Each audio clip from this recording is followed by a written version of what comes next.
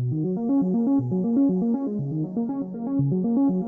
everyone, I'm Philomena Martins Jones. I live in the UK. I've just been interviewed by Keith Andrews, and it was a sublime, enjoyable experience and one that I'm looking forward to doing again.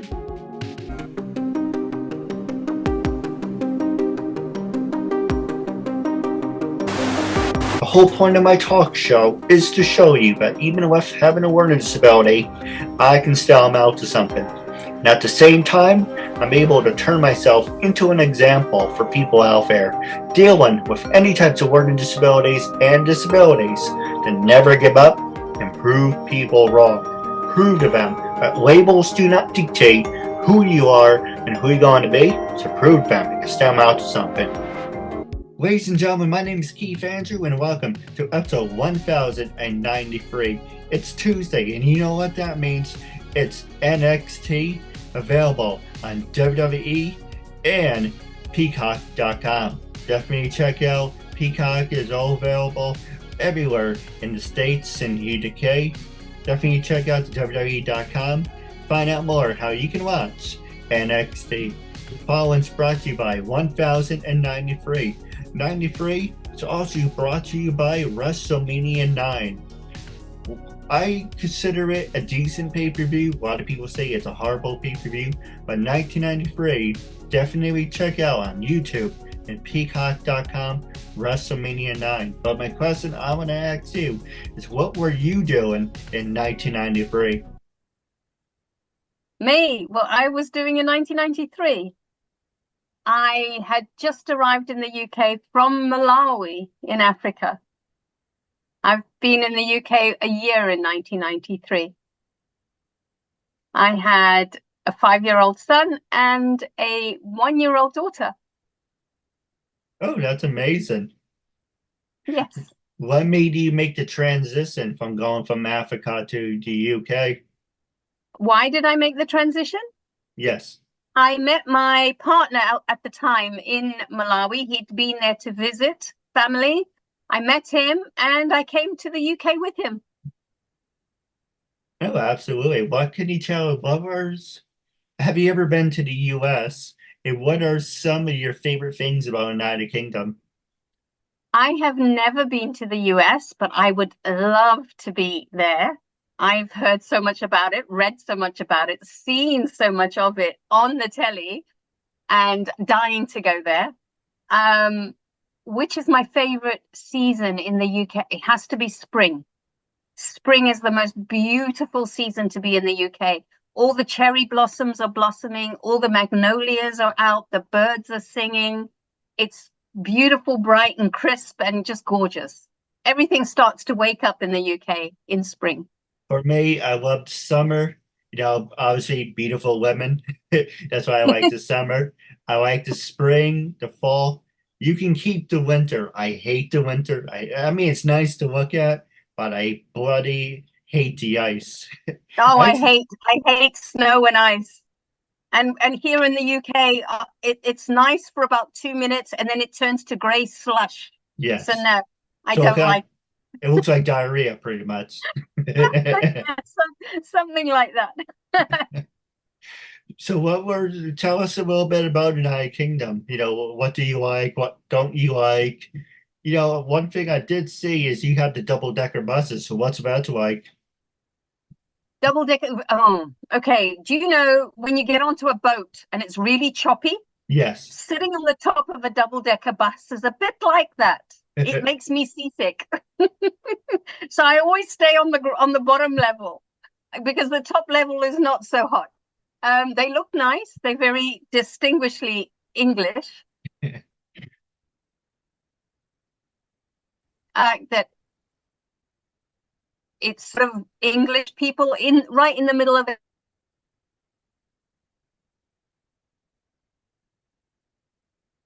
country, English, which is quite quaint and cute.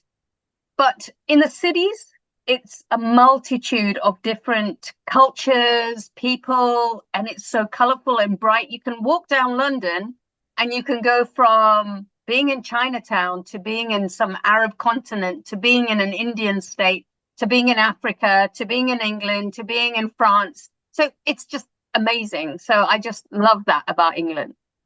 Oh, so it sounds similar to the US, and New York City, because there's China. I didn't know there's Chinatown in Yeah, UK. it's Soho. Soho is Chinatown. So you go down there and it has the Chinese lanterns. You go down there whenever it's the Chinese New Year and they all celebrating and there's Chinese food and everything. Oh, it's just delicious and gorgeous to look at. The colors are so vibrant and brilliant. Yeah, that's really amazing because in New York too, there's also a Soho. Ah, well, there you go. See, we're not so different. No, it's amazing. Everything you just explained, it's kind of like the same thing we have in the States. Yeah. So we also have like a little Venice. I believe you guys have a little Venice. I think so. Yeah. So I think every big city has its own little intercities where all the countries sort of like have their space where they can just be themselves. No, it's So really it's great. nice. Yes. Have you ever visited, well, this is gonna sound like an oxymoron, but hey, whatever. Did you ever visit Big Ben? Do you know what? I have driven past Big Ben, but I've never visited it. It's I have just, oh, go never ahead. been where inside it. I've never gone and looked at it. It's so sad. I've lived in England 30 years and I've never been to the Tower of London. I've never been to Buckingham Palace. I've never done the changing of the guard. It's just, I suppose when you live here, it's just part of life. So unless I make a special, which I should do really, I should make a special effort just to go and visit all the places that everybody else sees. Well, you should definitely do that before, God forbid something happens. Hopefully that doesn't happen. Yeah, and I don't want to sound like an asshole. I do apologize. But I give me an example of what I mean by that. When I was growing up, we used to see the World Trade Towers from my grandparents' apartment, and when we used to go visit them, it's like, oh, they're off in the distance. And back then, we're like, who cares? They're just buildings. I was under the impression they were apartment buildings too. I'm like, oh, what is it? Oh, it's an office building. People live there. So it was a will of everything. But September 11th really changed everything for me. So Yeah, now when I see the Freedom Towers, I always want to go and visit it and I pay my respects. I don't drive, but when my dad goes to the city, he goes to the hospitals like Columbia on I think the east side or west side, we always go past it. And it's amazing just staring at the Freedom Tower. But I can't I can imagine. imagine being there, on 2001 and you take things for granted, like Big Ben, it's the same thing. It's like, yeah, you go see it, great, not. But it's just don't take things for granted, if that makes any sense.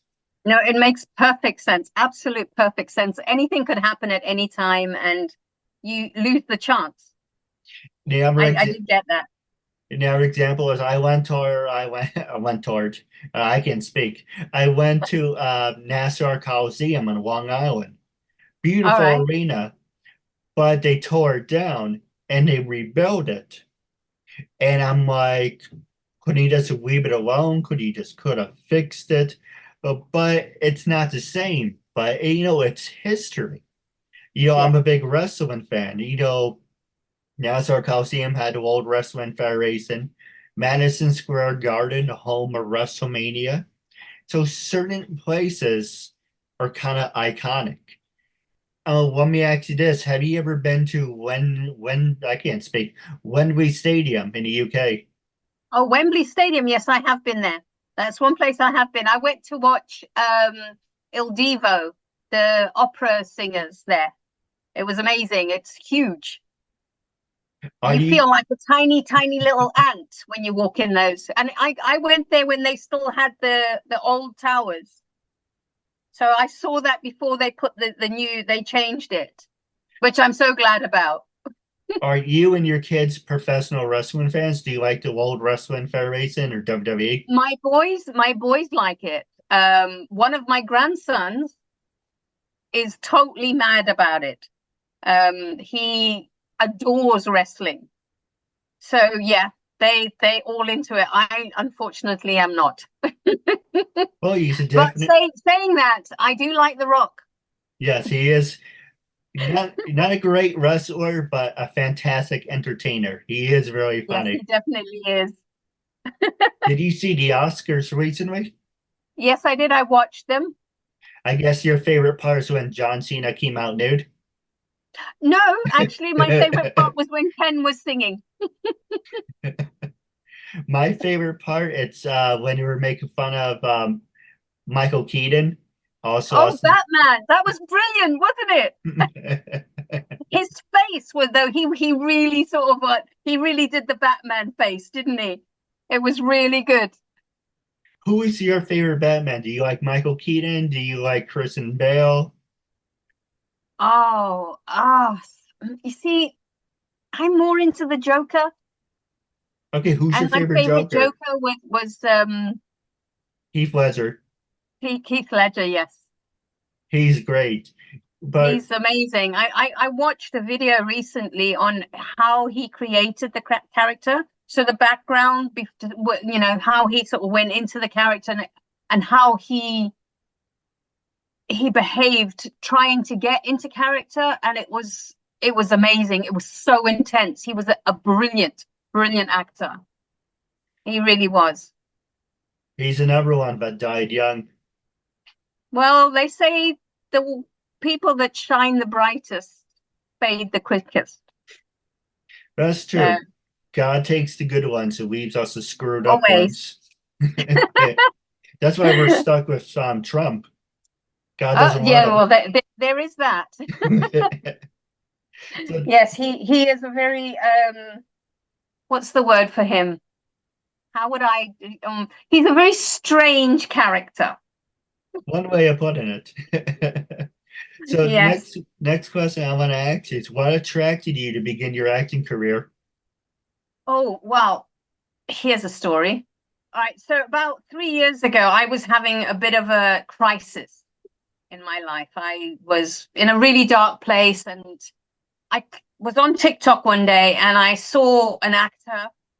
It was a Turkish series, and I thought, oh, I've never thought about watching international TV. Let me watch this series. And this actor he used to be a lawyer, and he found that being a lawyer, being stuck within four walls, was really difficult for him. And he changed and became an actor. So watching him, it was like a light bulb moment or an epiphany, if you like to call it. And I was like, well, if I'm so miserable with my life right now, maybe I should do what I really always wanted to do, which when I was 6 years old, I watched The Sound of Music. And watching Julie Andrews up on screen, I turned around to my aunt and my mom and I said, that is what I want to do. And they both looked at me and said, oh, ha, ha, very funny. People like us don't do that. And so I buried that dream. But then 3 years ago, watching this TV series, I was like, oh, I can do that. If he can do that, and everybody else who's an actor can do that, I don't see why I can't do that. And if it makes me happy, that's all that counts. So that's what I did. I explored where I could find classes, what I would need to do it, and I just went for it. And I've never been happier. It's like I found my tribe and I found my passion, and it's great. No, you're absolutely right. Actually, you bring up a question, but I mean, I guess I didn't really bury this in my dream. I was kind of talked out of it, and it wasn't realistic. Did you ever see Almost Famous? Most famous. It rings a bell. That's where the kid, it's 15, he pretends to be older. He goes on tour with a band, and they call him for whatever reason, the enemy, because he writes for the Rolling Stones, and he All right. interviews. It's a great movie. I would recommend it. It's Kay Hudgens' first movie. Okay. I think I have, but I mean, it's been a while.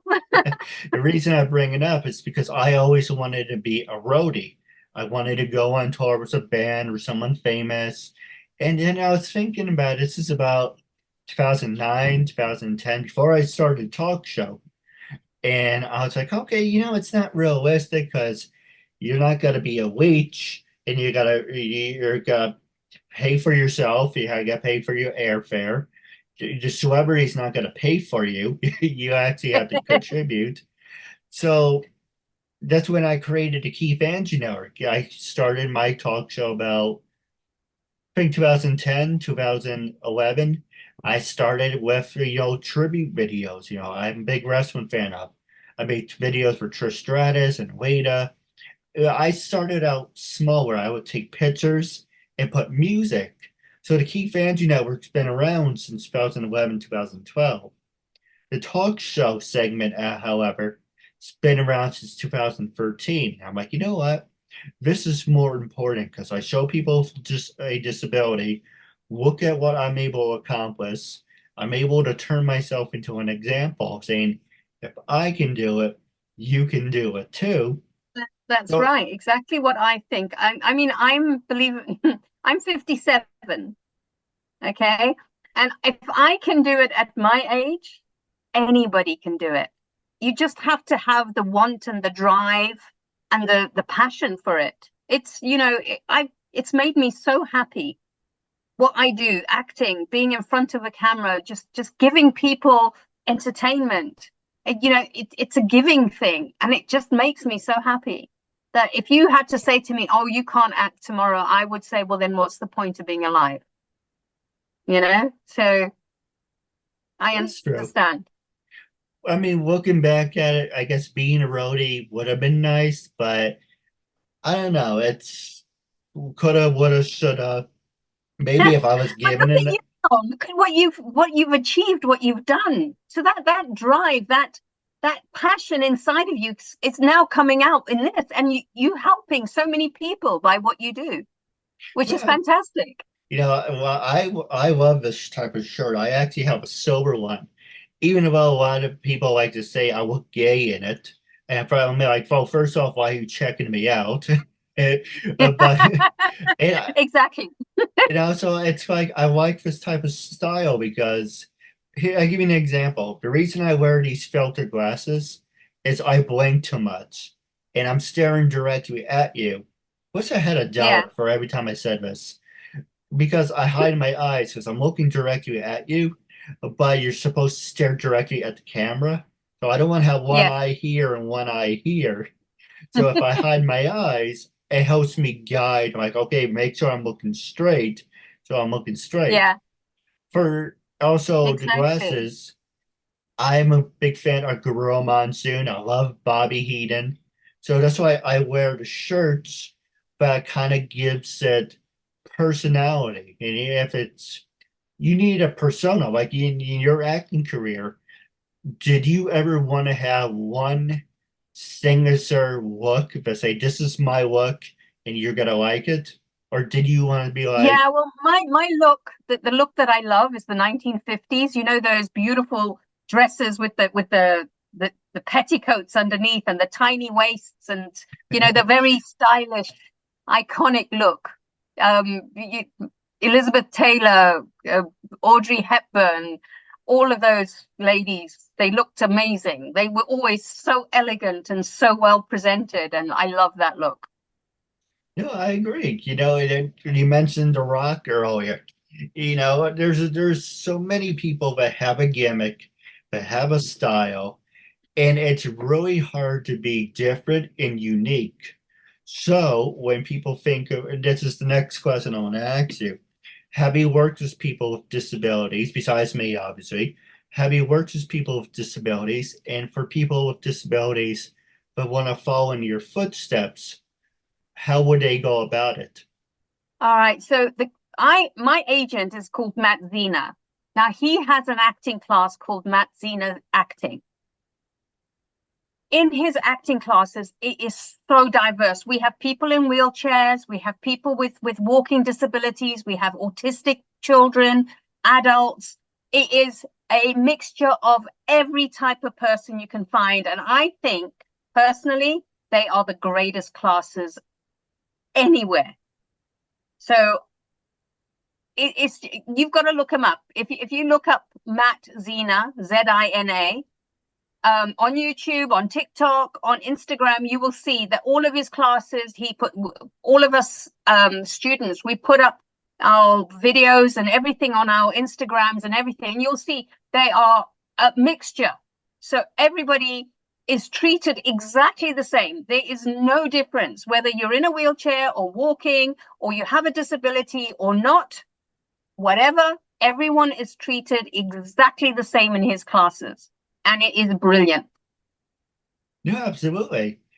But do you think having your own gimmick kind of, or your own character for that matter, because as an actor, you play so many characters, but isn't it kind of, would you agree or disagree?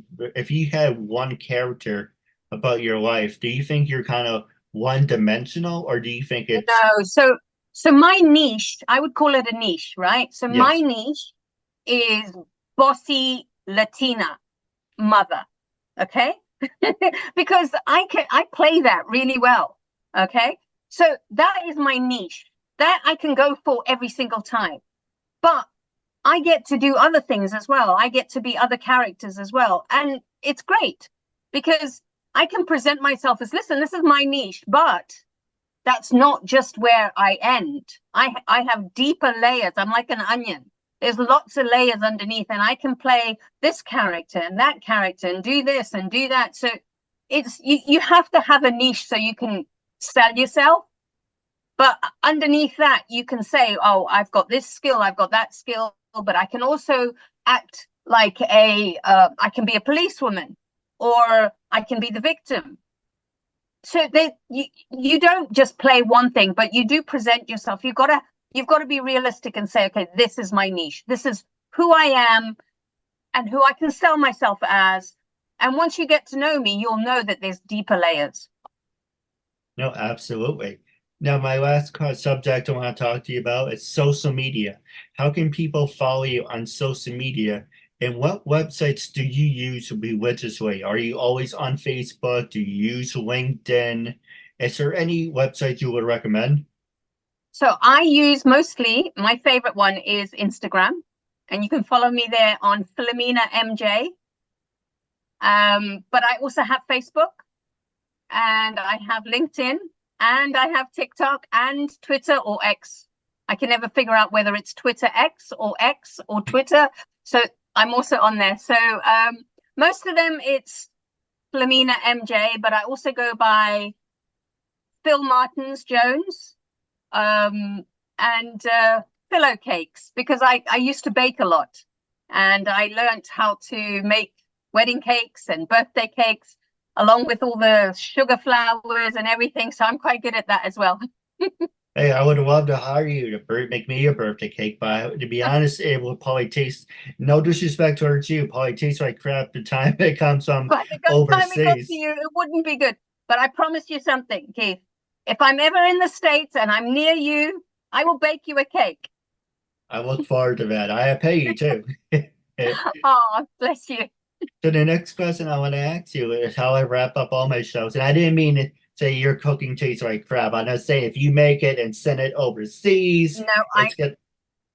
don't worry. I totally understood. I was just about to say, but if I posted it, it might take a while to get there and it wouldn't be as nice.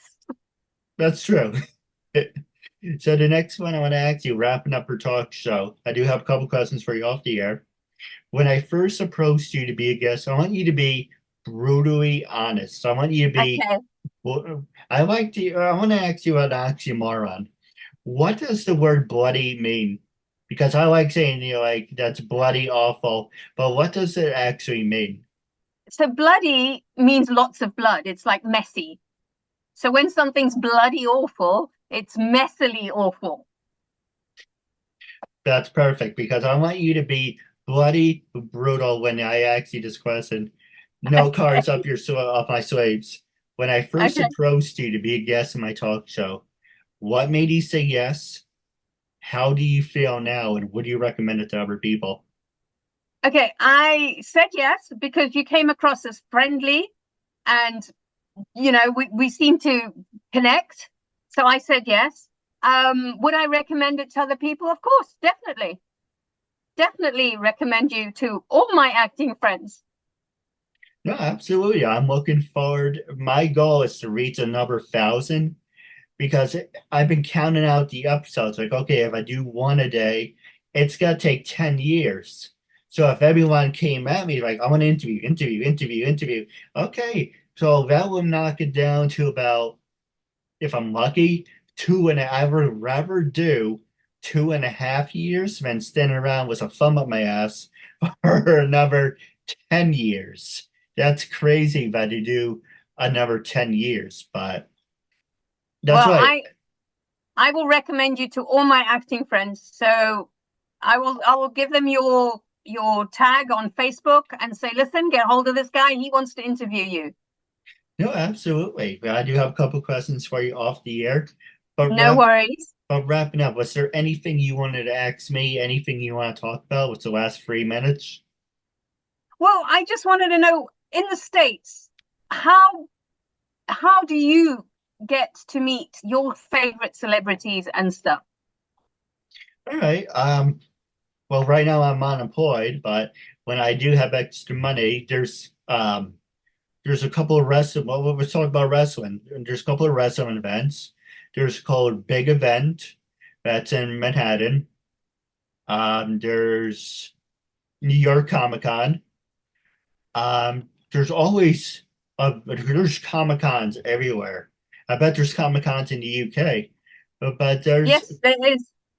there's if there's any events or there are any Comic Cons, in New York, New Jersey, Connecticut. Okay, Connecticut's well up a stretch, but New York, New Jersey, um, any big events, they usually have, actors, voiceovers, professional wrestlers.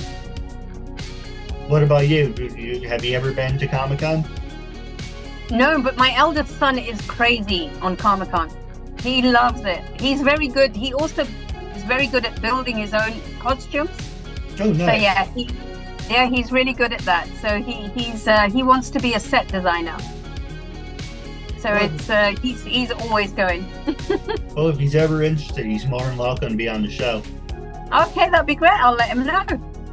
But I do have a couple questions for you off the air. But No wrapping up our worries. interview segment, it was a real honor and privilege having you as a It was guest. it was wonderful talking to you, and thank you so much. And I'm looking forward to part 2 down the road. So until we meet again, catch you Oh, later. take care. Bye.